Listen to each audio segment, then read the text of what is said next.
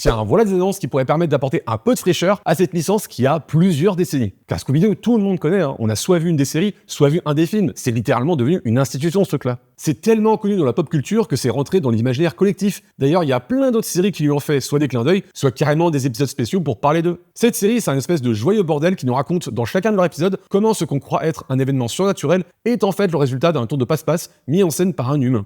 On va pas se le cacher, ça c'est l'histoire de quasiment tous les épisodes de Scooby-Doo, toutes séries confondues. D'ailleurs, ça je trouve que c'est à la fois la force de la licence et sa faiblesse. Peu importe quelle série Scooby-Doo on regarde, on trouvera toujours ce qu'on est venu chercher. Une série destinée pour les enfants / ados, avec des personnages très drôles et une enquête autour d'un phénomène paranormal marqué par des scènes qui ont pour but autant de se faire peur que de rigoler de la connerie des personnages. Mais c'est aussi ce qui en fait sa faiblesse. Après toutes ces décennies, on regarde des séries qui recrachent encore et toujours la même formule.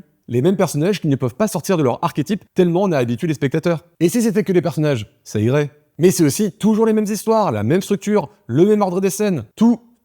Ouais, parce que Scooby-Doo, c'est une licence qui existe depuis les années 70. Plus de 50 ans que cette licence existe, avec un nombre énorme de séries qui en découlent. Vraiment, des séries Scooby-Doo, il y en a eu une chier. Et en plus, ils rajoutent les films par-dessus. Donc ouais, c'est un peu lassant qu'on reste toujours et encore sur les mêmes formules. Enfin ça, c'était avant. Parce que depuis, il y a eu deux annonces qui pourraient bien permettre d'apporter un peu de nouveauté à cette licence. Déjà, on a Yokoso Scooby-Doo qui devrait nous raconter l'histoire de Sammy et Scooby qui vont au Japon pour vivre leur ultime aventure gastronomique. C'est fou, ces personnages, ils seront toujours caractérisés par le fait qu'ils ne vivent que pour bouffer et ils vont libérer sans savoir des centaines de monstres mythiques. Alors déjà, pour changer, cette fois, ils devront faire face à des vrais monstres surnaturels et pas juste à des tours de passe-passe mis en scène par des humains.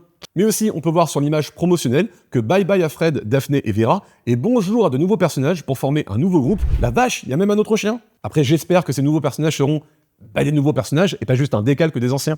Mais aussi, on a toujours Netflix qui nous a annoncé il y a quelques mois qu'ils allaient faire un préquel en live action pour nous expliquer comment s'est formé le Scooby Gang. Et d'ailleurs, ils ont même annoncé son casting ces derniers jours. Netflix a aussi dit que ce serait pas juste un préquel, mais aussi une réinterprétation moderne de Scooby-Doo.